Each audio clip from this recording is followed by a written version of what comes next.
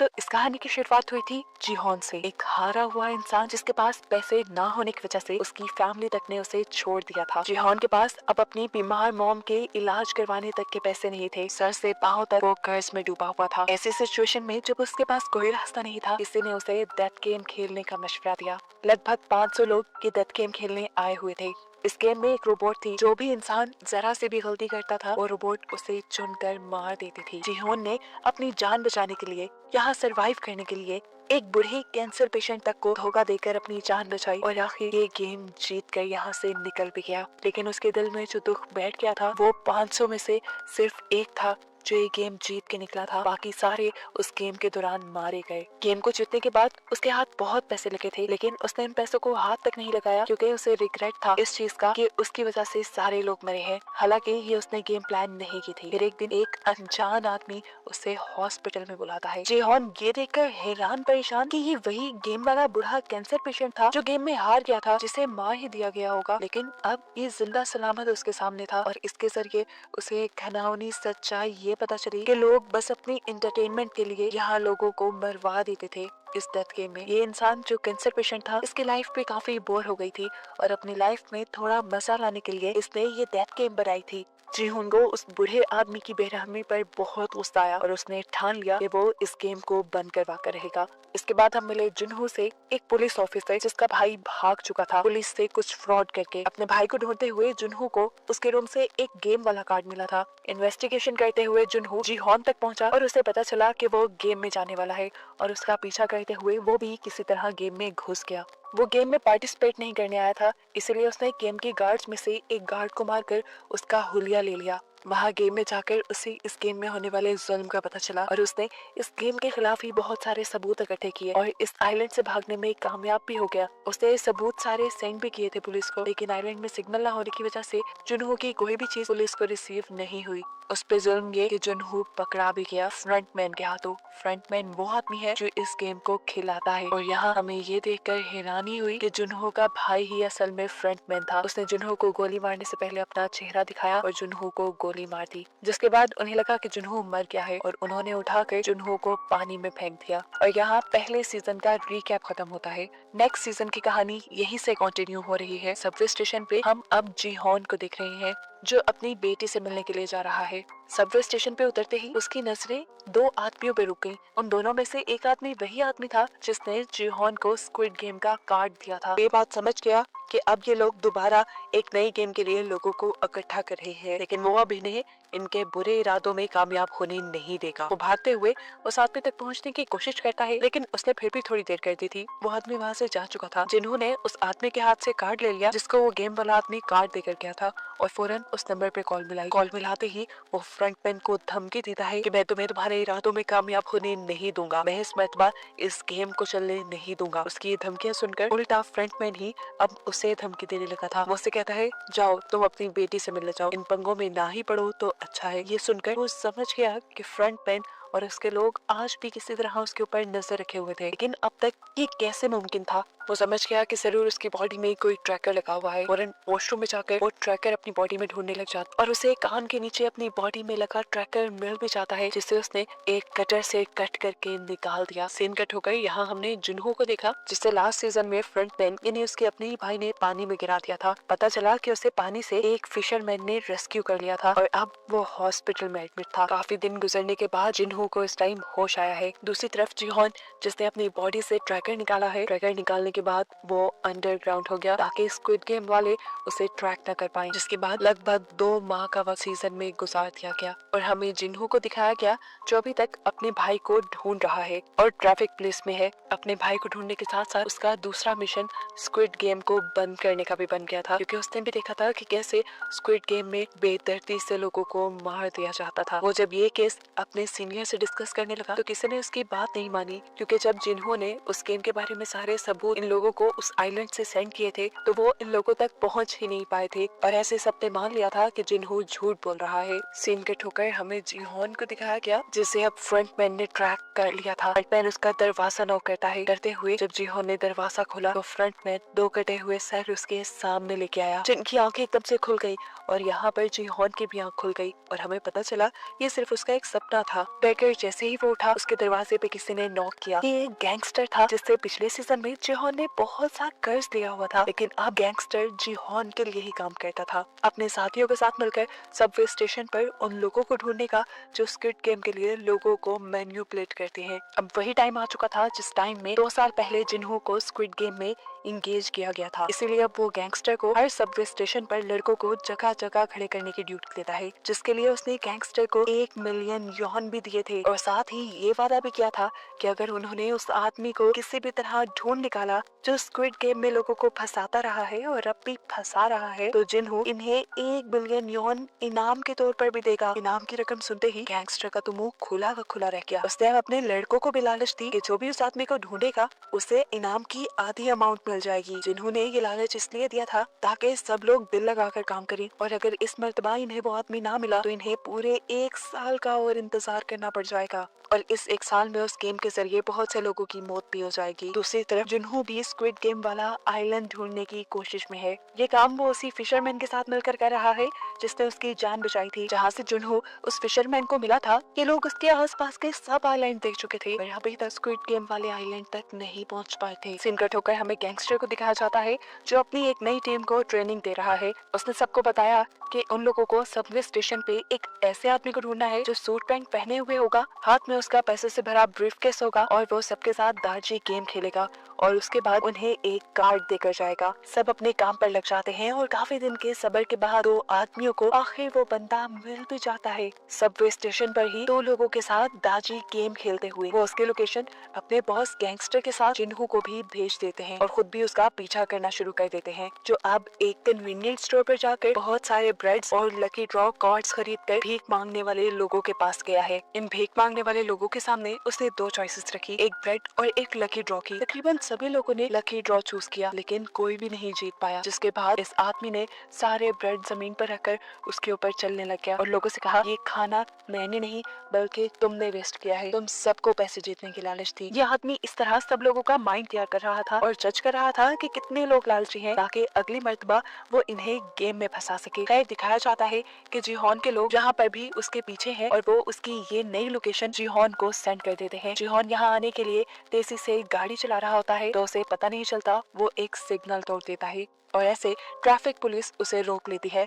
इस time traffic police जिन्हू ही था और उसने नोटिस किया कि जीहोन का रवैया कुछ अजीब सा है। चालान कटने पे उसने माफी नहीं मांगी, वो चिल्लाया नहीं बल्कि चालान देकर आगे बढ़ने की कोशिश की जैसे वो बहुत ही ज्यादा जल्दी में हो या कोई जुर्म करके भाग रहा हो। इसीलिए उसने जीहोन की गाड़ी के नंबर से उसकी इंफॉर्मेशन निकाली तो उसे जीहोन का नाम जाना पहचाना लगा और उसे याद आया कि जीहोन को फॉलो करते हुए ही तो वो पिछली मर्तबा स्क्विड गेम के अंदर पहुंचा था। यहीं से अब जिन्हों ने जीहोन के घर का एड्रेस भी ले लिया। सीन कट होकर दिखाया गया कि वो दोनों आदमी जिससे स्क्विड गेम वाला बंदा मिल गया था वो जीहोन के आने से पहले ही उसको पकड़ने का फैसला करते हैं और डिसाइड करते हैं कि इनाम की रकम वो आधी आधी कर लेंगे। जब वो दोनों उस आदमी को मारने के लिए उसके करीब गए तो उसे आदमी का शिकार हो गए। जीहोन जब तक यहाँ पहुँचा तो उसे सिर्फ सड़क पे लगा खून दिखाई दिया और वो समझ गया कि वो दोनों उसके लोग उस तालिम आदमी के हाथों मारे गए। ऊपर से देखने को मिला कि वो आदमी जीहोन पर नजर रख रहा था। जीहोन के जाने के बाद जब वो कमरे में आया तो पता चला कि उसने जीहोन के आदमियों को अब बंदी बनाया हुआ है। वो इनके साथ भी डेथ गेम खेलता है क्योंकि उसे भी डेथ गेम खेलने में मजा आता था। गेम तो बच्चों वाली थी, स्टोन पेपर सीजर, पर उसने शर्त रखी थी जो हारा वो मारा जाएगा। ऐसे ही जब उनका एक साथी हारता है तो यह आदमी उसे गोली मार कर खत्म कर देता है और फिर दूसरे आदमी से जिन्हू का एड्रेस पूछता है। जिन्हू का एड्रेस पता चलते ही वो उस आदमी को छोड़कर वहाँ से चला गया। यहाँ शाम में जिन्हू जब अपने घर पहुँचा तो वो आदमी उससे पहले ही उसके घर में छुपा बैठा था। वो जिहोन को यहाँ मार भी सकता था लेकिन जैसा हमने पहले देखा कि उसे डेथ गेम पसंद है, वो अब जिहोन के साथ डेथ गेम खेलने का फैसला करता है। गेम खेलने से पहले उसने जीहॉन को बताया कि मैं पहले स्क्विड गेम में डेड बॉडीज को उठाने का काम करता था, लेकिन वो बहुत बोरिंग था। मुझे लोगों को खुद मारना पसंद था, इसीलिए मैंने फ्रंट मैन से अपनी जॉब चेंज करने की रिक्वेस्ट की। इसके बदले फ्रंट मैन ने पता है मुझे क्या टास्क दिया? उसने मुझे मेरे ही डैड को मारने को कहा और मैंने गन उठाकर मार दिया, जिसके बाद फ्रंट मैन ने मुझे ये गन दी और अब मैं किसी को भी मार सकता हूँ। जीहॉन उसकी बातों पे ज्यादा ध्यान दिए बगैर उससे कहता है बस मुझे फ्रंट मैन का एड्रेस दो, जिससे वो मिलकर इस गेम को बंद करने का प्लान रखता है। लेकिन ये बात सुनकर वो आदमी हंसने लगा और बोला ठीक है, एक गेम खेलते हैं। ये तुम्हारे सामने एक गन है और इसमें सिर्फ एक ही बुलेट है, 5 नॉट्स इसके खाली है। बारी बारी एक दूसरे को शूट करते हैं, जो हारा वो मारा जाएगा और अगर मैं हारा तो तुम्हें मेरी पॉकेट से फ्रंट मैन का एड्रेस मिल जाएगा। जीहॉन बिना डरे गेम को शुरू करते हुए उस गन को उठा चुका था, क्योंकि मरने का डर तो उसने स्क्विड गेम ने खत्म ही कर दिया था। बारी बारी उन्होंने अपने ऊपर शूट किया और चौथी बारी पर जब वो आदमी अपने ऊपर गन पॉइंट करता है तो इस मर्तबा वो खुद को शूट कर चुका है। वो खुद ही अपनी जाल पे फंसकर मारा गया। जीहॉन जीत गया और अब जीहॉन को उसकी पॉकेट से फ्रंट मैन का एड्रेस भी मिल गया।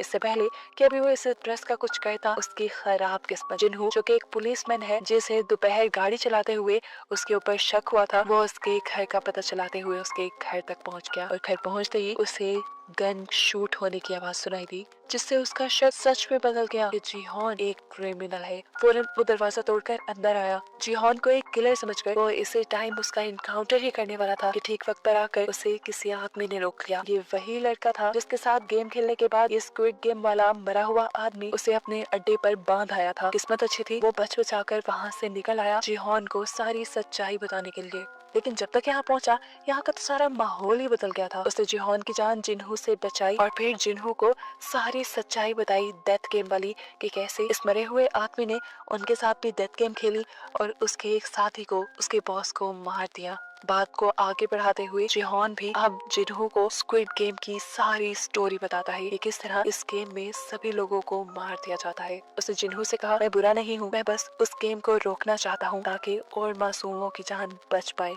स्क्विड गेम के बारे में वो जिन्हू भी जानता था। जिन्हू ने यहाँ जीहॉन को बताया मैं तुम्हारा ही पीछा करते हुए उस गेम तक पहुँचा था, वहाँ मैंने जाकर गार्ड्स के सूट पहन लिए और तुमसे कई मर्तबा बात करने की भी कोशिश की, लेकिन तुम मेरे से बात नहीं कर पाई। मैं जानता हूँ उस गेम में ये लोग सबको मार देते हैं और मारने के बाद उन डेड बॉडीज के साथ क्या किया जाता है, उनके ऑर्गन्स निकाल कर बेच दिए जाते हैं, ये सब कुछ भी मैं जानता हूँ। इतनी डिटेल्स तो जीहॉन को खुद भी नहीं पता थी। जिन्हू के मुँह से ये सब सुनकर उसने भी अब जिन्हू को अपने साथ मिलाने का फैसला किया और जिन्हू को अपना प्लान बताया कि वो स्क्विड गेम के सभी बनाने वालों को चुन चुन कर मार देगा। एक फ्रंट मैन है जिसे आज तक उसने नहीं देखा, वो ब्लैक मास्क पहने आता है। उसने इल नामी एक बूढ़े कैंसर पेशेंट के साथ मिलकर ये गेम बनाई है। वो उन आदमियों को मारकर इस गेम को खत्म करना चाहता है। यहाँ पर गैंगस्टर भी इन दोनों की सारी बातें सुन चुका था। वो इनसे कहता है मैं भी तुम्हारा साथ देना चाहता हूँ, मैं उनसे बदला लेना चाहता हूँ अपने उस मासूम साथी का जो मेरा राइट हैंड था, और अब मैं पैसों के लिए नहीं बल्कि हक के लिए तुम्हारा साथ दूंगा। ये सुनकर जीहॉन को भी अच्छा लगा और वो इन दोनों को अपनी एक रूम में ले गया जहाँ बहुत सारे पैसे थे। ये पैसे वो स्क्विड गेम से ही जीत कर आया था और अब इन पैसों को वो स्क्विड गेम को बंद करने के लिए ही इस्तेमाल करेगा। जीहॉन इन लोगों को दिखाता है कि उसने ब्लैक मार्केट से बहुत सारी गन्स भी परचेज की हुई थी और एक सीक्रेट जगह भी बनाई हुई थी उसने जहां वो अपनी ट्रेनिंग करता था। लेकिन इतना सब काफी नहीं था, उसे लड़ाई के लिए काफी सारे और लोगों की भी जरूरत थी। जीहॉन अब जिन्हू को अपनी पुलिस वाली जॉब पे छोड़ने को कहता है ताकि ये लोग अपना मिशन अच्छे से कंप्लीट कर पाए। सीन कट होकर अब हमें एक न्यू कैरेक्टर नियोल को दिखाया जाता है। ये एक गरीब लड़की है और उसकी जॉब है होटल में बनी कॉस्ट्यूम पहनकर बच्चों को खुश करने की। उसके पास रहने को कोई घर भी नहीं, वो इसी होटल की बेसमेंट में रहती है। इसी जॉब में नियोल के साथ एक छोटी बच्ची बहुत ज्यादा अटैच हो गई है जो रोज यहाँ पे विजिट किया करती थी। लेकिन अफसोस की बात है कि उस बच्ची को बोन मैरो कैंसर है और बोन मैरो ट्रांसप्लांट करवाने के लिए उसके डैड के पास ज्यादा पैसे नहीं और अब वो बच्ची मरने वाली है। एक दिन उस बच्ची को इमरजेंसी में हॉस्पिटल एडमिट कराया जाता है, जो सुनकर नियोल भी तड़प कर उसे हॉस्पिटल में देखने के लिए जाती है। इस बच्ची की मदद करना चाहती है लेकिन उसके पास तो खुद तक के लिए पैसे नहीं। इस बच्ची को क्या बचाएगी वो। रात होने पर हम नियोल को दोबारा पार्किंग में देखते हैं जहाँ पर दो लोग आकर उसे स्क्विड गेम का कार्ड दे गए। सीन कट होकर हमें जिन्हू को दिखाया जाता है जो अपनी मॉम के साथ बैठा था और उसकी मॉम बहुत ज्यादा उदास थी क्योंकि वो जिन्हू के भाई के आने का इंतजार कर रही है। जिन्हू जानता है कि वो कभी नहीं आएगा, जिस काम में वो पड़ा हुआ है वो घर नहीं आएगा। लेकिन ये सब सुनने के बाद भी जब उसकी उसकी मॉम को तसल्ली नहीं मिलती तो एक और मर्तबा वो अपने भाई को ढूंढने का फैसला करता है। सीन कट होकर अब फाइनली दोबारा से हम जीहॉन को देखते हैं, जो इस टाइम अपनी दांतों का ऑपरेशन करवा रहा है। अपना एक दांत निकलवाने के बाद उसने अपने मुंह में एक नकली दांत फिक्स करवाया है, जिसके अंदर ट्रैकर लगा हुआ है। असल में कल को वो फ्रंटमैन से मिलने वाला है, इसीलिए उसे बहुत ही ध्यान से हर काम करना होगा। ये लोग फ्रंटमैन को भी पकड़ना चाहते हैं और फ्रंटमैन के बाद इस घिनौनी गेम के सारे हिस्सेदारों को भी पकड़ना चाहते हैं। पता चला है कि वो गैंगस्टर जो इनके ग्रुप में है, वो अपने लिंक से बड़े बड़े कमांडोज को इनके ग्रुप में शामिल कर चुका है। इन कमांडोज के लिए कुछ भी सही गलत नहीं, ये लोग पैसे के लिए सब काम करते हैं। यहाँ हमें पता चला कि न्यूयॉल को भी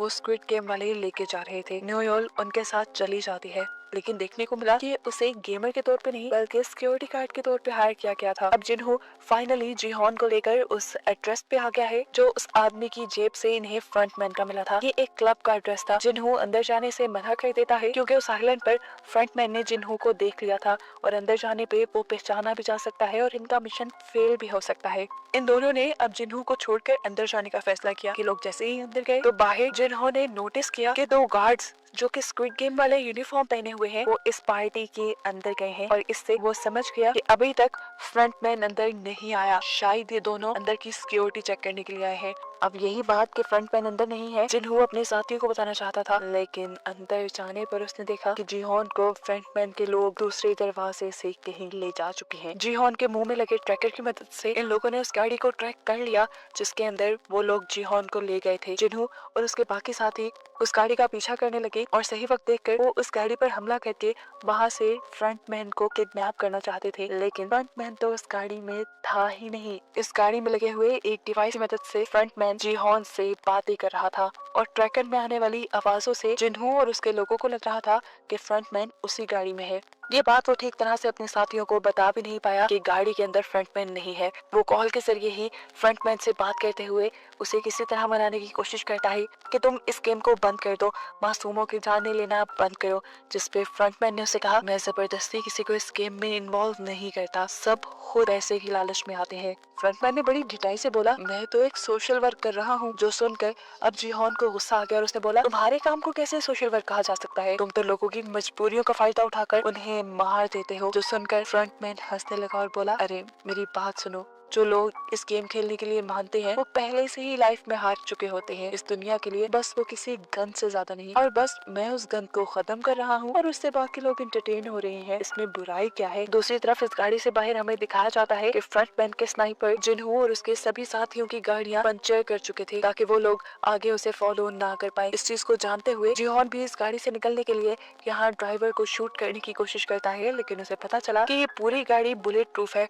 साथ ही ड्राइवर ने भी बुलेट प्रूफ कपड़े पहने हुए हैं और वो अब इस गाड़ी में फंस चुका है। ये देखते हुए जीहॉन वापस बैठ गया और अब उसके दिमाग में एक नई खिचड़ी बनने लगी। पता नहीं क्या सोचकर उसने फ्रंटमैन से दोबारा इस गेम में हिस्सा लेने को बोला। वो ऐसे तो इन सबको मना नहीं पाया था, लेकिन अब उसको लगता है कि वो गेम में जाकर इस गेम में होने वाली सारी ज्यादतियों को रोक सकता है। अब वो बंदा जो इस गेम को बिल्कुल पसंद नहीं करता वही ये गेम खेले तो मजे का हो सकता है। इसलिए फ्रंटमैन ने भी उसे गेम में दोबारा एनरोल कर लिया और अब उसे बेहोश करके ये लोग स्क्विड गेम के अंदर ले गए। जिन्हों फौरन उनका पीछा करने के लिए एक बोट के अंदर ट्रैकर्स लगा लेता है और उसी फिशरमैन के जरिए उन आइलैंड को ढूंढने के लिए निकल जाता है जहाँ पर वो जीहॉन को लेकर जा रहे होंगे। यहाँ जीहॉन को दोबारा दिखाया जाता है जिसकी यहाँ स्क्विड गेम के बेड पर खुली है। उसे अपना पुराना ही नंबर दिया गया है। यहाँ पर पहले की तरह बहुत सारे और लोग भी हैं जो एक दूसरे को देखकर कंफ्यूज है, साथ ही गेम्स के लिए भी कंफ्यूज है। अब गार्ड्स यहाँ आकर इन्हें गेम्स के रूल बताना शुरू करते हैं। रूल्स बताने के बाद गार्ड्स ने इन सब की हिस्ट्री इन सबको दिखाई कि यहाँ पर सिर्फ वही लोग आए हुए हैं जिन पर मिलियंस का कर्ज है। ये सब बताने के बाद गार्ड्स ने इन्हें बताया कि जीतने वाले को 45.6 बिलियन यॉन मिलेंगे। इस गेम के पूरे 6 राउंड होंगे। एक दिन में एक राउंड खेला जाएगा और हर गेम के बाद वोटिंग भी होगी क्या इन्होंने ये गेम कंटिन्यू रखना है या नहीं। और अगर ये लोग गेम बंद करने का डिसाइड करते हैं तो सभी प्लेयर्स को जीते हुए पैसे डिवाइड करके दे दिए जाएंगे। ये एक नया रूल था। जिहोन जान गया कि ये उसी की वजह से डाला गया है। आगे बढ़कर सबने कॉन्ट्रैक्ट साइन कर लिया। जिहोन ने देखा तकरीबन सभी रूल्स पुराने थे, बस कुछ एक आध नए थे। इसके बाद यहाँ एक एक करके सभी प्लेयर के पिक्चर्स ली गई। इस गेम को खेलने यहाँ पर कोरिया का एक फेमस रैपर भी आया हुआ था, जिसे देखकर सब हैरान थे। उसके साथ पिक्चर भी बनवाना चाहते थे। उसने सबसे वादा किया कि यहाँ से बाहर जाते ही वो सबको एक एक पिक्चर देगा। यहाँ देखने को मिला कि जिहोन का एक दोस्त भी यहाँ आया हुआ था और ये लोग तकरीबन 3 साल बाद मिल रहे थे। जिहोन के गायब होने की वजह से उसका ये दोस्त उससे बहुत ज्यादा नाराज था। तब जिहोन उससे कहता है, मैं बाहर जाकर तुम्हें सब सच बता दूंगा। तुम इस जगह गलत आ गए हो, तुम्हें नहीं आना चाहिए था। और अब अगर तुम्हें अपनी जान प्यारी है तो जिस तरह मैं कहूँ तुम्हें उस तरह ही करना है। खैर अब गेम भी शुरू होने वाली थी। सभी लोग बाहर ग्राउंड में आ गए। ये पुराना ही ग्राउंड था। जिहोन समझ गया कि ये गेम भी पुराने वाली ही है। सीन कट होकर अब हमें जिन्हो को दिखाया गया, जो जिहोन का ट्रैकर ट्रैक करते हुए आइलैंड तक पहुंच भी गया है। लेकिन यहाँ उन्हें कोई ऐसी फैसिलिटी नहीं मिली जिसमें गेम खेली जा रही हो। ट्रैकर को ट्रैक करते हुए ये लोग एक फिशरमैन तक पहुंचे और देखा गया कि जिहोन का ट्रैकर यहाँ चारे में पड़ा था। ये देखते हुए उन्होंने फिशरमैन को ही मारना शुरू कर दिया और उससे इन्वेस्टिगेट करने लगे इस ट्रैकर के बारे में। तब फिशरमैन ने जवाब दिया कि मुझे तो ये चारा फ्री मिला था। वहाँ गेम के अंदर भी जिहोन परेशान था कि जिन्हो और उसकी टीम इन सबको रेस्क्यू करने के लिए क्यों नहीं पहुंची। कहीं उसके ट्रैकर में तो कुछ गड़बड़ नहीं। कैमरे से छुपते हुए वो अपने मुंह से जब अपना टूटा हुआ दांत निकालता है तो ये देखकर हैरान रह जाता है कि उसमें ट्रैकर ही नहीं था और गेम वालों ने गेम में आने से पहले उसका ट्रैकर वाला दांत निकाल दिया। और वो समझ गया कि अब वो बहुत बड़ी मुसीबत में है। किसी को तो क्या बचाना, वो खुद भी इस गेम से नहीं निकल सकता। फिर भी वो सबकी जान बचाने का इरादा तो रखता था, इसलिए उसने सबसे कहा कि इस गेम को आप लोग वैसे ही खेलेंगे जैसा मैं कहूँगा, वरना आप लोग मारे जाएंगे। अब गेम भी स्टार्ट हो चुकी थी। जिहोन सबको अपने एक्सपीरियंस से गाइड करते हुए उस वक्त में आगे लेकर जा रहा था जब डॉल का मुंह पीछे होता था। सभी लोग जिहोन की बात मान रहे थे, लेकिन बहुत से लोगों को यकीन नहीं था कि जिहोन सच बोल रहा है। ऐसे ही वो रैपर अपने सामने वाली लड़की के कान के नीचे मक्खी देखकर उसे उड़ाने को कहता है। वो लड़की पीछे मुड़कर उसे देख के हंसने लग जाती है। उसके मुड़ने की मूवमेंट डॉल ने डिटेक्ट कर ली थी और स्नाइपर से उसके सर पे शूट करके उसे मरवा दिया। इससे सब लोग एकदम से बुखलाकर भागने लगे। हालांकि जिहोन उन्हें मना भी कर रहा था। फिर जो हिला वो मारा गया। अब सबको यकीन आ जाता है कि जिहोन की बात मानना ठीक है। जिहोन अब सबको लाइन में आगे बढ़ने को कहता है, जिससे डॉल बहुत कम इनकी मूवमेंट को डिटेक्ट कर पा रही थी। सब पैनिक भी थे। इसी पैनिक कंडीशन को कंट्रोल करने के लिए रैपर अपनी ड्रग ले लेता है और मदहोश होकर बहुत सारे अपने सामने वाले लोगों को धक्का दे देता है। इसी वजह से इन लोगों को स्नाइपर गोलियां मार देते हैं और ये सभी मारे जाते हैं। जिसके बाद डॉल के पीछे मुंह करते ही ये सब रेसिंग लाइन की तरफ भागते हैं। बहुत सारे लोगों ने तो लाइन क्रॉस कर ली, लेकिन यहाँ एक आदमी ने जिहोन से मदद मांगी, जिसे यहाँ के लोगों ने मारने के लिए उसके पाँव पे गोली मारी थी, मगर वो बच गया था। कैट नामी एक प्लेयर और जिहोन उसे सहारा देकर उसे बचाकर लाइन के दूसरी पार तो ले आते हैं, लेकिन उसकी बुरी किस्मत के एक स्नाइपर ने उसके सर पे शूट करते हुए उसे मार डाला और ये स्नाइपर नियोल ही थी। उसकी इस हरकत से सारे गार्ड्स को भी गुस्सा आया था। यहाँ पे कोई भी गार्ड सर पे गोली नहीं मारता था। सर पे गोली मारने से लोगों की बॉडी के ऑर्गन्स जल्दी डैमेज हो जाते थे, जिनको इन स्क्विड गेम वालों ने बेचना होता था। नेक्स्ट सीन में जिन्हो को दिखाया जाता है, जो अब परेशान है कि वो जिहोन को कहाँ ढूंढे। ये बात वो समझ गया था कि यहाँ करीबी किसी भी आइलैंड पे स्क्विड गेम वाली फैसिलिटी नहीं होगी, क्योंकि यहाँ गेम वालों ने उसे खुद भेजा था। फिलहाल ये लोग यहाँ से वापस आने का प्लान करते हैं, क्योंकि समुद्र में तूफान भी आने वाला है। फिर सीन कट होकर हमें दोबारा सारे प्लेयर्स को दिखाया जाता है।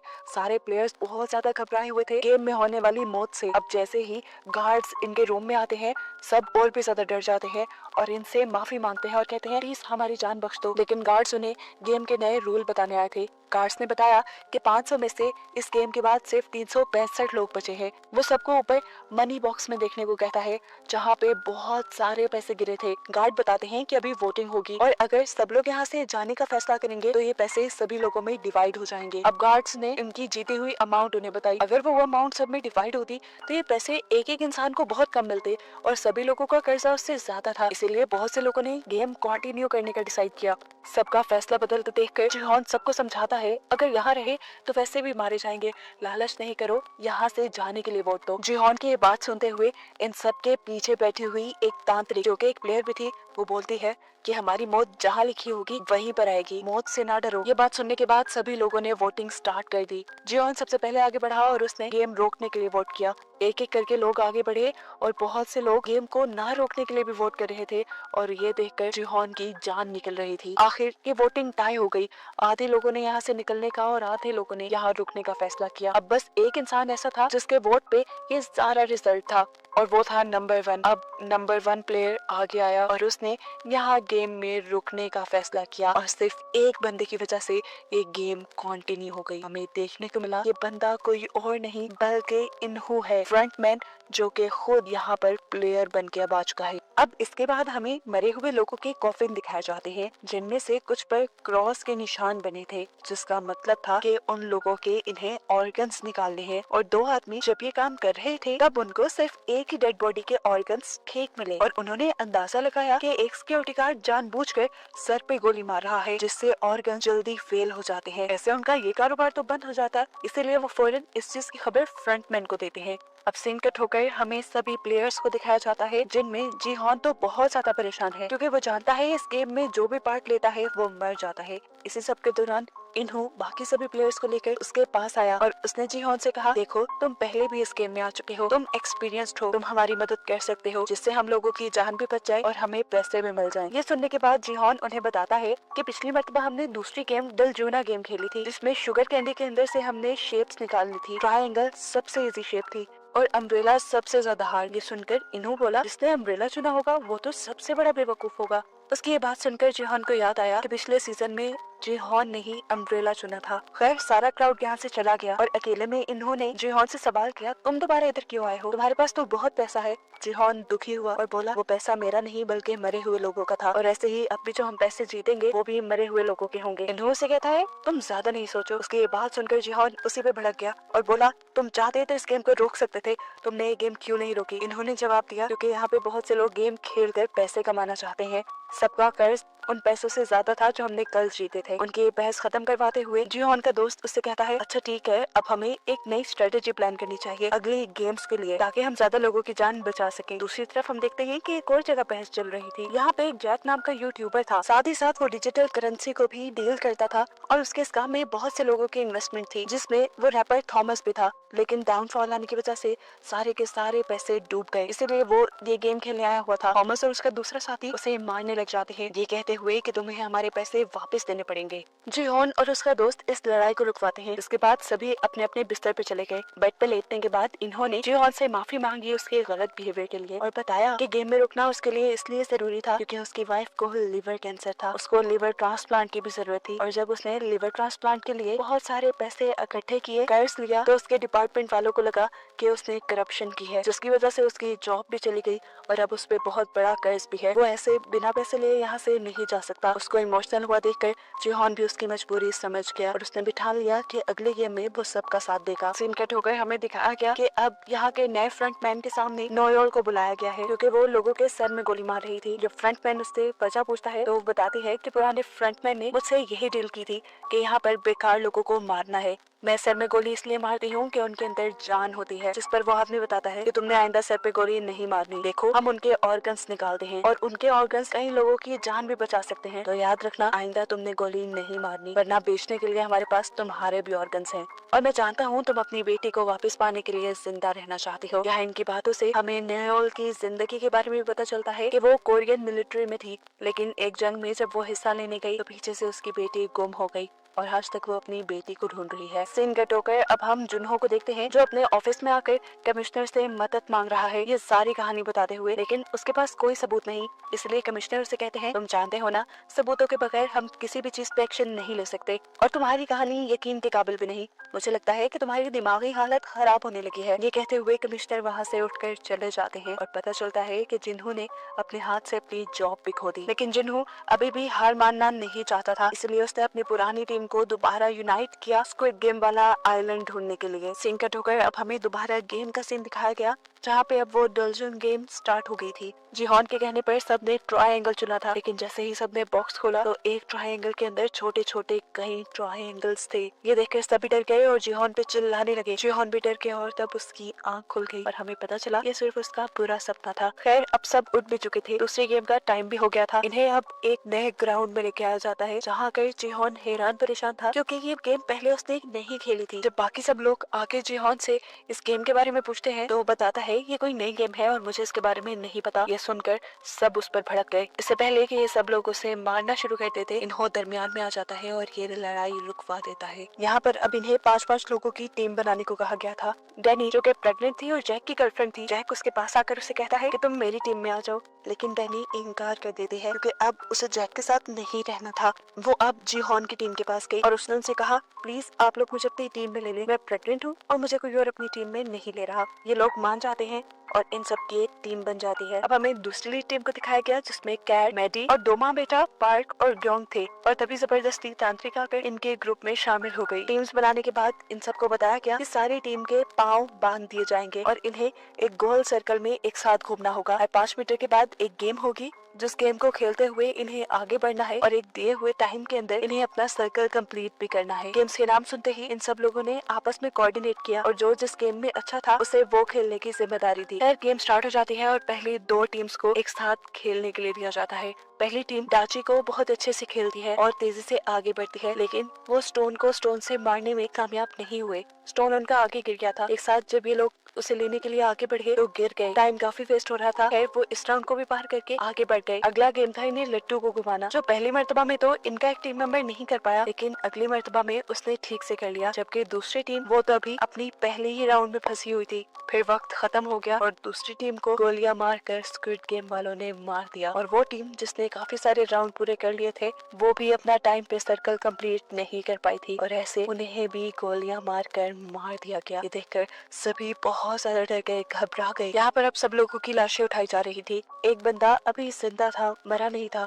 इन्होंने उसको भी उठाकर कॉफिन में डाला और उसके कॉफिन पे क्रॉस का निशान बना दिया। लेकिन फिर यहाँ पर नेओल आई और उसने आकर उस आदमी के सर पे गोली मारते हुए उसे जान से मार डाला। ये चीज फ्रंटमैन ने भी देख ली थी और उसकी इस हरकत से फ्रंटमैन के साथ उसके सारे गार्ड भी गुस्से में आ गए। खैर अब अगली टीम की बारी आ गई। ये कैट की टीम थी। कैट ने यहाँ सबको संभाला और आगे लेकर बढ़ी। पहले इन्हें डाची गेम खेला था जिसमें वो लड़की पहली बारी में अपने कार्ड को घुमा नहीं पाई। तब कैट ने उसे कार्ड उल्टा पकड़ने को कहा और इस तरह पहली बारी में उसने अपने कार्ड को सीधा घुमा दिया था। फाइनली ये लोग आगे बढ़े। आगे इन्हें स्टोन से स्टोन को मारना था। वो लड़का भी पहली मर्तबा में स्टोन को स्टोन से हिट नहीं कर पाता। कैट यहाँ पे सबको एक साथ आगे कदम बढ़ाने को कहती है और ये लोग दोबारा उस स्टोन को लेकर पीछे आते हैं। उस लड़के की मोहम्मद से कहती है, बेटा उस आदमी को याद करो जिसने तुम्हारे सारे पैसे लूटे हैं। याद आते ही इस लड़के को इतना गुस्सा आया कि उसने पत्थर पर ठीक निशाना लगाकर ये राउंड भी जीत लिया। ये लोग दोबारा से आगे बढ़े। इस मर्तबा इन्हें 5 बॉयज को इकट्ठे उठाकर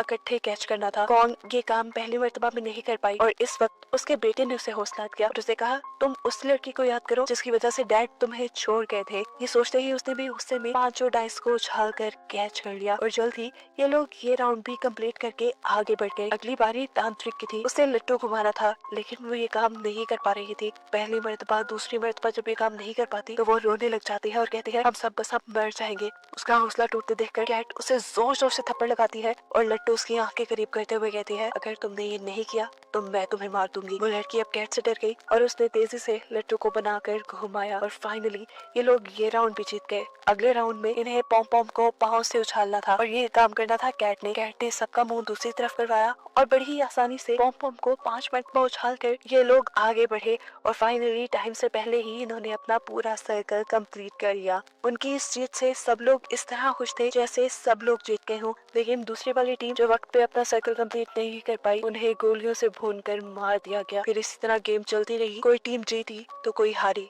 और जो हारी उन्हें गोलियों से मार दिया गया। आखिरी बारी आई जीहॉन की टीम की। उन्होंने अपनी साथ वाली टीम को भी ऑल द बेस्ट कहा और गेम स्टार्ट कर दी। पहला गेम डैनी ने खेला, दूसरा गेम जीहॉन के दोस्त ने खेला, तीसरा गेम खेला उनके ग्रुप में आए हुए ली ने, जिसने पहले ही बारी में 5 डाइस को उठाकर अपने हाथ में कैच कर लिया था और उसने बताया कि वो उस गेम में एक्सपर्ट है क्योंकि वो अपनी बहनों के साथ ही खेलता रहा है। चौथा गेम इन्होंने खेलना था, उसे लट्टू को घुमाना था। पहली मर्तबा वो ठीक नहीं कर पाता और ये लोग आगे जाकर इकट्ठे उस लट्टू को उठाते हैं। दूसरी मर्तबा जब वो ये करने लगता है तो जानबूझकर वो लट्टू को पीछे फेंक देता है। उसकी ये चाल किसी को समझ नहीं आ रही थी।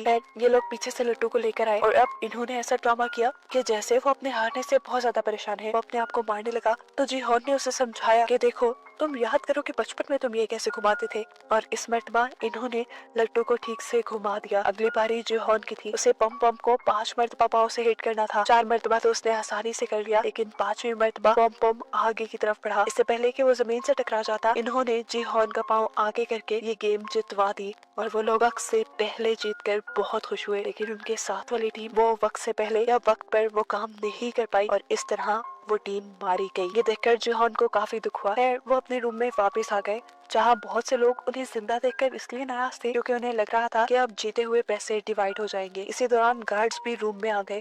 गार्ड्स ने इन्हें इस गेम के जीतने वाली प्राइस इन्हें दिखाई और बताया कि इस मर्तबा 110 लोग मरे हैं और अब सिर्फ 255 लोग बाकी रह गए हैं, जिस लिहाज से हर जीतने वाले के पास अब 78 मिलियन युआन आ सकते हैं और अब दोबारा वोटिंग होगी। अगर लोग इस गेम को बंद करने के लिए वोट करेंगे तो ये पैसे सब में डिवाइड हो जाएंगे। बहुत से लोगों को ये पैसे बहुत कम लग रहे थे। जिहोन ने अपनी टीम को कहा कि तुम लोग गेम को बंद करने के लिए वोट करना, तुम लोग को जितने पैसे चाहिए मैं यहाँ से निकल कर तुम्हें दे दूंगा। जिहोन की बात उसकी टीम ने मान ली और सबसे पहले इन्होंने वोट किया गेम बंद करने के लिए। दूसरी बारी पार्क की थी। पार्क की मॉम गोंग ने उसे कहा कि तुम गेम बंद करने के लिए वोट करना, देखो हमारे दोनों के पैसे मिलाकर तुम्हारा कर्जा उतर जाएगा। लेकिन पार्क ने इस गेम को कंटिन्यू रखने का फैसला किया क्योंकि उसका कर्जा कहीं ज्यादा था और उसने अपनी मॉम को अपने कर्जे के बारे में नहीं बताया था। वोटिंग आगे बढ़ती रही। देखते ही देखते देखने को मिला कि बहुत सारे लोगों ने ये गेम कंटिन्यू रखने की बात की है। ये देखते हुए जिहोंग और इन लोगों पर भड़कने लगे और बोले, इतने सारे लोगों के मरने के बावजूद भी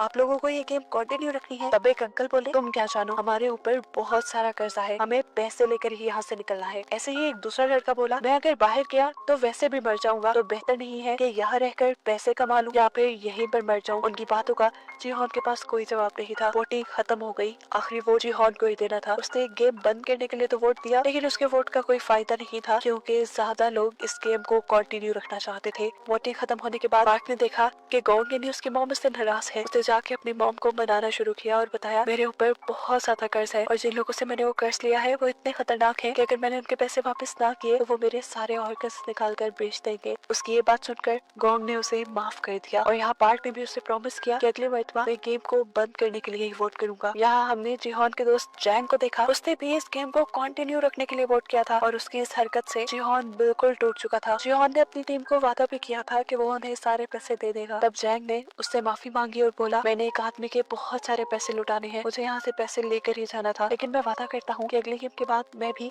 इस गेम को बंद करने के लिए वोट करूंगा। जिहोन दुखी बैठा था और उसने सबसे कहा कि अगले गेम पे अब एक दूसरे को भी मारना पड़ सकता है।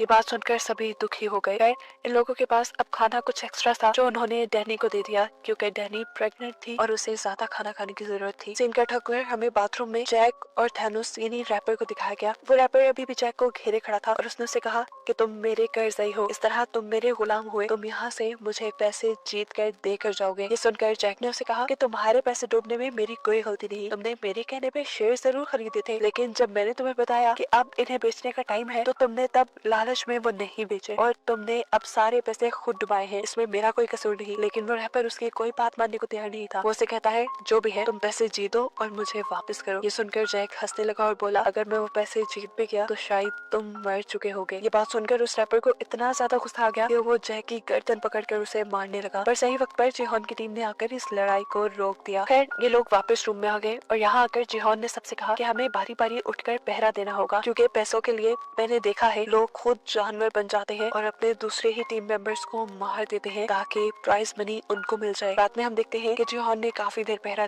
जिसके बाद जैंग उठा। जैंग ने उसे कहा, जिहोन तुम सो जाओ, अब मैं पहरा देता हूँ। मुझे आज भी याद है कि तुम आखिरी मर्तबा मेरे से पैसे लेने आए थे, लेकिन अगर मेरे पास होते तो जिहोन मैं सच में तुम्हें दे देता। जिहोन ने यहाँ उसे कुछ नहीं कहा और यहाँ उनकी बातों से हमें पता चला कि उनकी दोस्ती बहुत गहरी, बहुत पुरानी है। वो बचपन से स्कूल टाइम यहाँ तक के जॉब भी उन्होंने एक साथ की थी और इस चीज का अंदाजा इन्हों को भी उनकी बातों से हो गया था। सारी बातें छोड़कर अब जैंग जिहोन से पूछता है, तुम्हारे पास इतने पैसे थे तो तुम वापस गेम में क्यों आए? जिहोन ने इस बात का जवाब नहीं दिया बल्कि एक नया सवाल जैंग से पूछा कि अगर मैं यहाँ गेम में मर जाऊँ तो तुम मेरे हिस्से के पैसों का क्या करोगे? ये सुनकर वो उदास हो गया और उसने बोला, ऐसी बातें नहीं करो, हम एक साथ जीत के बाहर जाएंगे। तब जिहोन ने जवाब दिया, हाँ मैं भी यही चाहता हूँ कि हम साथ जिंदा बाहर जाएं, लेकिन अब मैं हार रहा हूँ, ये लोग मेरी बात नहीं समझ पा रहे। खैर सीन कट होकर फाइनली अब हम जिन्हों को देखते हैं जो दोबारा जिहोन को ढूंढने के लिए सफर शुरू कर चुका है और यहाँ नया दिन भी चढ़ गया है। सभी लोगों को दोबारा गेम के लिए तैयार होने को कहा गया, साथ ही साथ सभी गार्ड्स भी तैयार हो गए। सभी प्लेयर्स को एक बड़े से हॉल में लेकर जाया गया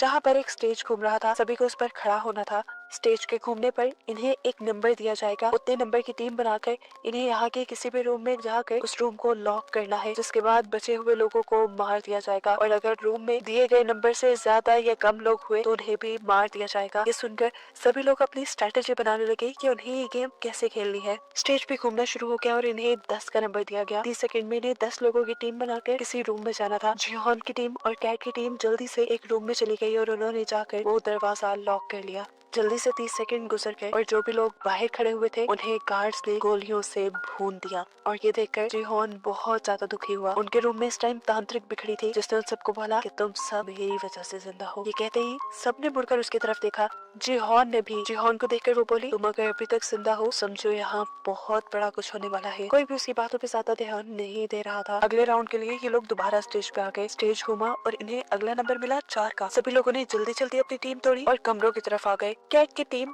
तांत्रिक को छोड़कर अपने रूम में बंद हो गई थी, जबकि जिहोन की टीम ने इन्हू को छोड़ दिया था और फिर उसके बाद पहले की तरह बचे कुछ लोगों को मार दिया गया। गार्ड्स ने देखा कि एक रूम में 3 लोग थे। गार्ड्स ने उनको भी पकड़कर मार डाला। ये लोग जब रूम से बाहर आए तो तांत्रिक अजीब सी नजर से उन्हें देख रही थी, जबकि जिहोन और उसकी पूरी टीम इन्हू के लिए परेशान थे। लेकिन इन्हू सेटिस्फाई था। उसने कहा कि मैं लोगों से जल्दी दोस्ती कर लेता हूँ, इसलिए मैं बच गया। फाइनली अगला राउंड शुरू हुआ और इन सबको 3-3 का नंबर मिला। इन लोगों ने अपनी दोबारा टीम तोड़ी और आगे बढ़े। गोंग अपने बेटे पार्क के साथ आगे जाना चाहती थी, लेकिन 2 लड़कों ने जबरदस्ती पार्क को पकड़कर अपने रूम में ले गए और गोंग ये देखकर परेशान हुई कि उसके बेटे ने उसे छोड़ दिया। वो वही परेशान खड़ी थी कि ठीक वक्त पर जिहोन और इन्हू आए और उसे पकड़ते हुए एक रूम में ले गए। वहाँ बैठकर भी गोंग बहुत ज्यादा परेशान थी क्योंकि उसके बेटे को उसकी बिल्कुल भी परवाह नहीं थी, चाहे उसकी मॉम मर भी जाए। उसके ये बात सुनकर जिहोन और इन्हू को भी दुख हुआ। ये लोग दोबारा अब रूम से बाहर आए, जहाँ पर पार्क भी इस चीज से दुखी था कि उसने अपनी मॉम को छोड़ दिया, लेकिन गोंग ने उसे गले लगाकर संभाल लिया। इधर कैट और मैडी भी गोंग से मिले, जिनको एक तीसरे बंदे ने मिलकर बचा लिया था और वो भी अब से इनकी टीम का मेंबर बन गया था। फिर अगला राउंड भी शुरू हो गया। इसमें इन्हें नंबर मिला 6 का।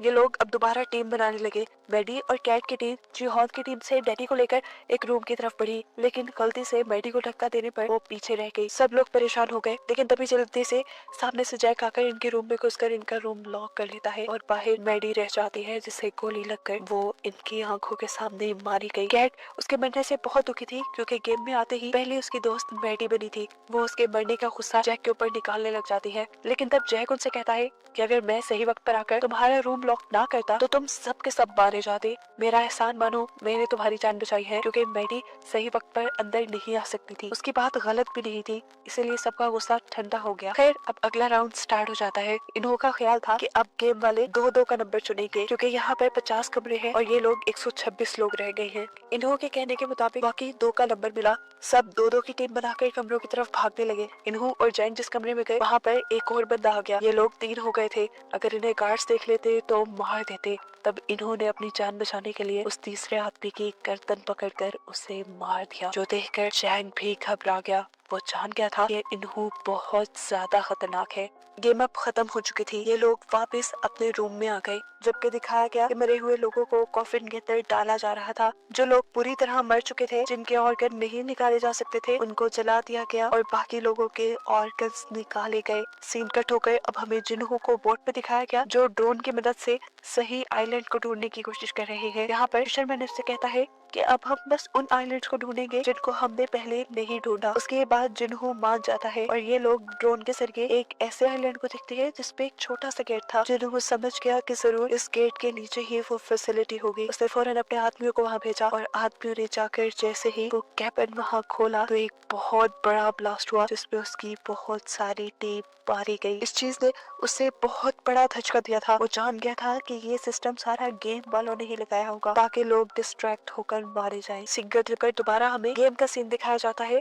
जहाँ पर सभी प्लेयर्स अपनी गेम्स के बारे में बात कर रहे हैं। तांत्रिक आकर कैट की टीम से कहती है, तुमने मुझे अपनी टीम से निकाला था ना, देखो अब मैं तुम्हें शराब देती हूँ, तुम सब भी बैडी की तरह मारे जाओगे। जो सुनकर गैंग बोली, तुम्हारी बातों से कुछ नहीं होगा। यहाँ अब जैक भी डैनी के पास आया वो डैनी के बच्चे को अपनाना चाहता था। उसने डैनी से कहा, देखो डैनी, हम अब गेम को बंद करने के लिए वोट करेंगे और इसके बाद अब यहाँ से निकल जाएंगे। हम दोनों के पैसों को स्टॉक में इन्वेस्ट करके एक अच्छी जिंदगी गुजारेंगे। ये सुनकर डैनी को गुस्सा आ गया और वो बोली, तुम आज भी मेरे लिए मेरे पास नहीं आए, बल्कि मेरे पैसों के लिए आए हो। तुम अपने पैसों का जो कुछ मर्जी करो, मैं अपने पैसे से अपने बच्चे को अकेले पाल सकती हूँ। ये कहकर वो वहाँ से चली गई। जबकि दूसरी तरफ अभी इन्हू और जिहोन को दिखाया गया, जिन्होंने गेम बंद करने वाले लोगों को गिन लिया था। गेम बंद करने वाले लोग अभी भी कम थे और गेम को कंटिन्यू रखने वाले लोग ज्यादा बच गए थे। तब जिहोन सिचुएशन देखते हुए इनसे कहता है कि हमें लोगों से बात करनी चाहिए और इस गेम को बंद करने के लिए कहना चाहिए। जिस पर इन्हों से समझाता है, देखो हम इस तरह नहीं कर सकते। ऐसे में वो लोग जो इस गेम को कंटिन्यू रखना चाहते हैं उल्टा भड़क जाएंगे और गेम से पहले ही यहाँ लड़ाई हो जाएगी। सब एक दूसरे को मारने लग जाएंगे और यही तो वो गेम वाले चाहते हैं। अब वोटिंग का भी टाइम आ गया था। वोटिंग से पहले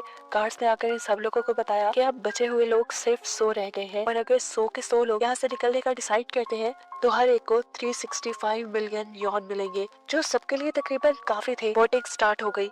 इस पर वोटिंग काफी क्रिटिकल थी क्योंकि जितने लोग यहाँ से निकलने के लिए वोट कर रहे थे उतने ही लालची लोग ये गेम कंटिन्यू रखने के लिए भी वोट कर रहे थे। दिखाया गया कि तांत्रिक के कहने पर एक लड़की ने गेम को कंटिन्यू रखने का वोट दिया है, जिससे गेम को कंटिन्यू रखने वाले लोग ज्यादा हो गए हैं। लेकिन अच्छी बात थी कि अभी इन्हों का वोट बचा हुआ था। सभी उसे देखकर डर गए और सबसे ज्यादा डरा जैंग। जैंग जो उसका कारनामा देख चुका था रूम में एक आदमी को मारने का, वो ये बात जिहोन को बताने लगा। लेकिन उससे पहले ही इन्होंने उनके हक में वोट देकर उसकी इस बात को काट दिया और सब लोग खुश हो गए। लेकिन अभी तो वोटिंग टाई हो गई थी। इस वोटिंग का कोई रिजल्ट नहीं निकला। तब गार्ड्स ने कहा कि अब वोटिंग सुबह को दोबारा होगी। सुबह तक के लिए कोई फैसला नहीं है। अब सभी लोग जिन्होंने ये गेम को खत्म करने के लिए वोट दिया था वो सभी परेशान बैठे थे कि पता नहीं सुबह क्या होगा। तब एक आदमी मशवरा देता है कि हम उनके किसी एक आदमी को बनाकर अपनी साइड कर लेते हैं। ये सुनते ही पार्क आगे बढ़ा और उसने बोला कि अगर तुम लोग इस गेम को कैंसिल करने को कहते हो तो मैं तुम सबको खाने की पार्टी दूंगा।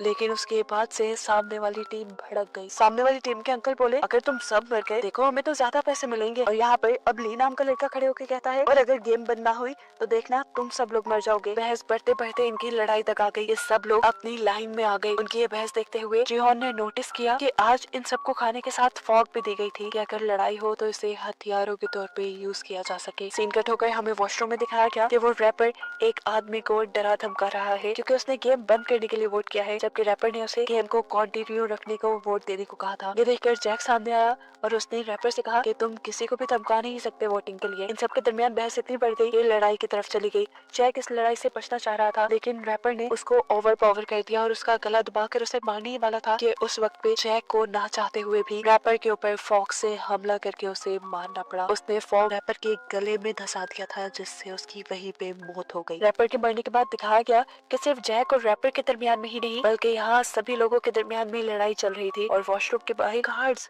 पहरा दे रहे थे क्योंकि वो तो खुद चाहते थे कि ये लड़ाई होती रहे। यहाँ अब हॉल में बताया गया कि कैसे बहुत सारे लोग वॉशरूम में लड़ाई करके मारे गए हैं और उनके मरने से इनकी अमाउंट में और ज्यादा पैसा भी डाला गया। ये करने के बाद अब सारे लोग वापस आए और इन्होंने बताया कि कैसे वॉशरूम में वोटिंग को लेकर लड़ाई हो गई थी। सीन कट होकर यहाँ पे हमें जिन्हों की बोट को दिखाया जाता है जिसमें एक आदमी की तबीयत खराब हो रही थी। वो उल्टी करने के लिए जब बाहर आया तो उसने देखा कि फिशरमैन जिसे जिन्हों अपना साथी समझ रहा है वही उसके सिस्टम में गड़बड़ी कर रहा था और यहाँ हमें रिवील हुआ कि असल में वो भी गेम वालों का ही एक मेंबर है। जब फिशरमैन ने देखा कि जिन्हों के एक गार्ड ने उसे देख लिया है तो वो उस गार्ड को ही उठाकर पानी में फेंक देता है।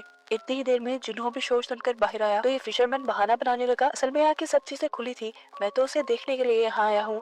यहाँ एक फ्लैशबैक से हमें ये भी पता चला कि फ्रंटमैन यानी इन्होंने ही इस आदमी को यहाँ भेजा था उसके भाई यानी जिन्हों को उससे दूर रखने के लिए और साथ ही साथ जिन्हों का ख्याल भी रखने के लिए। यहाँ अब गेम में दिखाया जाता है कि ये लोग अपने अपने लोगों को गिन रहे हैं कि नए लोगों के मरने से वोटिंग पर कितना असर पड़ा है। गिनने पे पता चला कि गेम को कंटिन्यू रखने वाले 2 लोग मरे थे जबकि जिहोन की टीम का एक बंदा मरा था। अगर सुबह वोटिंग होती तो ये लोग जीत जाते, लेकिन जिहोन जानता था कि वोटिंग अब ऐसे नहीं होगी। रात में ये लोग जरूर किसी ना किसी को मार डालेंगे। सीन कट होकर दूसरी तरफ हमें गार्ड्स को दिखाया गया जो इस टाइम अपने इलीगल बिजनेस में बिजी हैं। वो पानी के रास्ते ऑर्गन्स को यहाँ से लेकर निकल रही हैं ताकि ऑर्गन्स को अच्छे दामों में बेचा जा सके। यहाँ दिखाया गया कि कुछ गार्ड्स को ब्लैक मास्क ने तैयार करवाया क्योंकि यहाँ पर एक नई गेम चलने वाली है। ये गेम मर्डर की गेम है। इधर यही बात जिहोन ने भी सभी टीम मेंबर्स को बता दी कि जरूर गार्ड्स, क्या ये लोग आज रात को हमें मारने की कोशिश करेंगे। ऐसा पहले भी हो चुका है। ये सुनकर सभी लोग घबरा गए। जिहोन अब इन सबसे कहता है कि अगर हम लोगों को अपनी जान बचानी है तो हमें गेम वाले मेंबर्स को ही मार देना चाहिए, लेकिन ये इतना आसान नहीं था।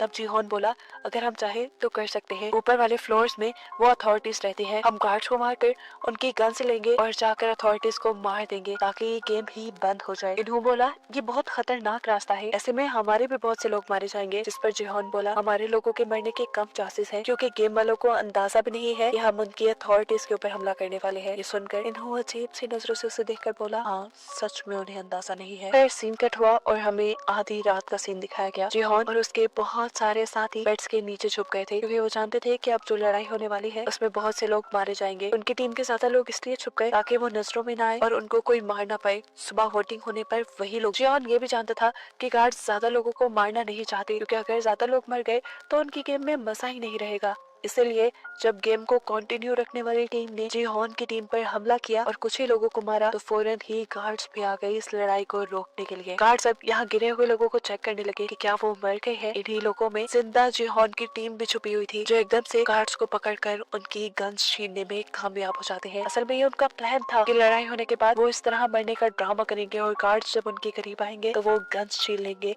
और इन्हीं गन्स से जाकर वो अथॉरिटीज पर हमला करेंगे। ये देखते हुए और भी गार्ड्स यहाँ आ गए अपने गार्ड्स को रेस्क्यू करने के लिए और लोगों को कंट्रोल में करने के लिए। जिहोन की जान बचाने के लिए इन्होंने ही अपने ही गार्ड्स की गन लेकर अपने ही गार्ड्स को मारना शुरू कर दिया क्योंकि वो किसी को भी शक में नहीं डालना चाहता कि वो खुद अथॉरिटी है। ये चीज देखते हुए अब नए फ्रंटमैन ने सभी गार्ड्स को अपने कमरे में वापस बुला लिया। सभी यहाँ से बाहर निकलने लगे, लेकिन एक गार्ड के बाहर जाने से पहले ही वो दरवाजा बंद हो गया और गार्ड ने अपने आप को सरेंडर भी कर दिया इनके सामने। लेकिन तब जिहोन ने उस गार्ड को नहीं मारा। अब जिहोन का एक आदमी दूसरी टीम के लोगों को मारना चाहता था जिन्होंने उनकी टीम पर हमला किया था, लेकिन यहाँ जिहोन उसे रोक देता है और कहता है हम उन्हें नहीं मारेंगे। लेकिन वो आदमी बाजिद था कि हमें उन्हें मार देना चाहिए, वो पैसों के पीछे भागने वाले दरिंदे हैं।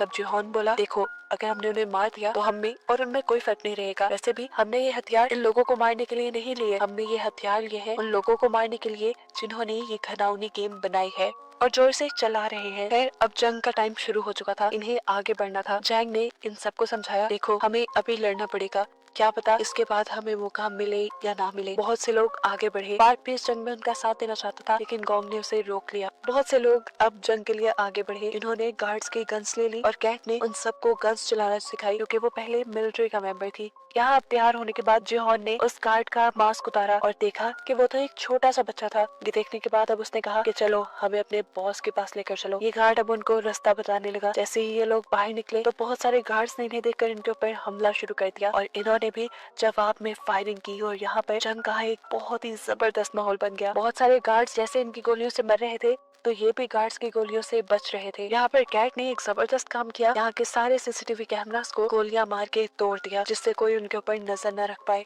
फाइनली अब ये लोग कंट्रोल रूम तक पहुंच गए थे। गार्ड ने जिहोन को बताया कि इस कंट्रोल रूम को आप मेरे मास्क की मदद से खोल सकते हैं। उसने जैसे ही अपना मास्क जिहोन को दिया तो पीछे उसे फ्रंट मैन दिख गया और ये देखते ही उसकी जान निकल गई। फ्रंट मैन जो इस टाइम प्लेयर ही बना हुआ था इन्हो। इससे पहले कि ये लोग कंट्रोल रूम तक जाते ऊपर से गार्ड्स ने दोबारा इनके ऊपर गोलियां बरसाना शुरू कर दी। ये लोग अब जवाब में गोलियां भी नहीं बरसा सकते थे क्योंकि इनकी मैगजीन्स खत्म हो गई थी। यहाँ जिहोन उस लड़के का मास्क लेकर कंट्रोल रूम को ओपन कर चुका था। जैंग को लेकर वो आगे बढ़ा था और एक एक लम्हे की खबर वो सिक्योरिटी गार्ड्स के ही वॉकी टॉकी से इन्हों को दे रहा था। अंदर जाते ही जिहोन और जैंग ने वहाँ एक एक करके गार्ड्स को मारना शुरू कर दिया और आगे बढ़ने लगे। यहाँ के सीसीटीवी कैमरास से ब्लैक मास्क ने उन दोनों को अंदर आता देख लिया और उनको रोकने के लिए अपनी गार्ड्स की पूरी एक टीम भेजी। यहाँ दूसरी तरफ देखने को मिला कि अभी तक गार्ड्स उनके ऊपर गोलियां बरसा रहे हैं और इनकी एक एक गोली खत्म हो चुकी है। यहाँ पर जिहोन और जैंग के पास भी बहुत सारे लोग आ चुके थे, वो इन्हें ओवरपावर कर सकते थे, इसीलिए उसने फौरन इन्हों को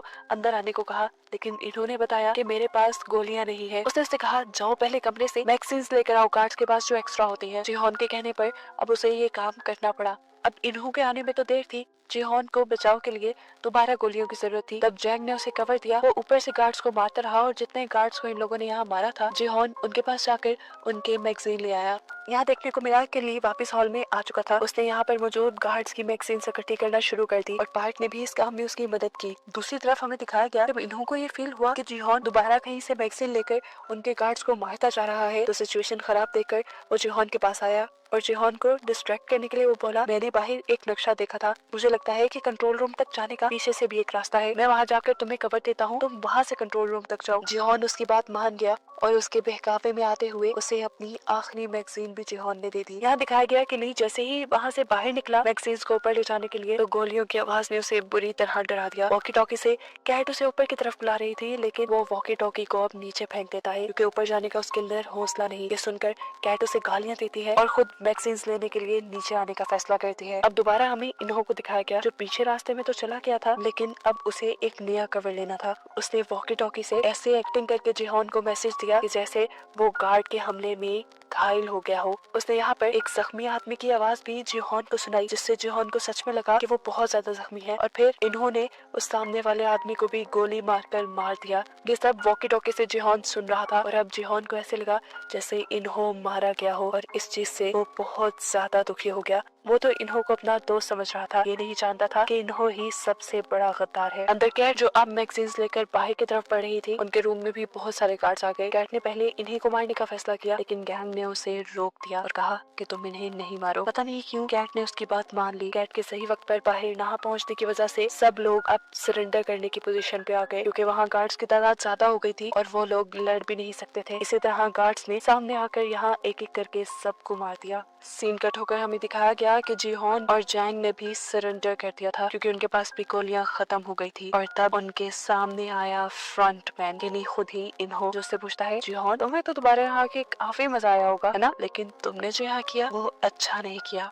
और इसकी अब तुम्हें सजा मिलेगी। वो अब उसके ऊपर बंदूक तानता है, लेकिन मार देता है जैंग यानी उसके दोस्त को, ताकि उसके दिल में दर्द बढ़ जाए। अपने फ्रेंड को मरता देखकर जिहोन जोर से चिल्लाया और बस यहीं पे ये सीजन खत्म हो गया, बहुत सारी मिस्ट्रीज के साथ। क्या आखिर यहाँ जीता कौन, यहाँ के पैसे किसको मिलेंगे और जिन्हों इन लोगों को ढूंढ भी पाएगा या नहीं, ये सब देखने को मिलेगा हमें नेक्स्ट सीजन में।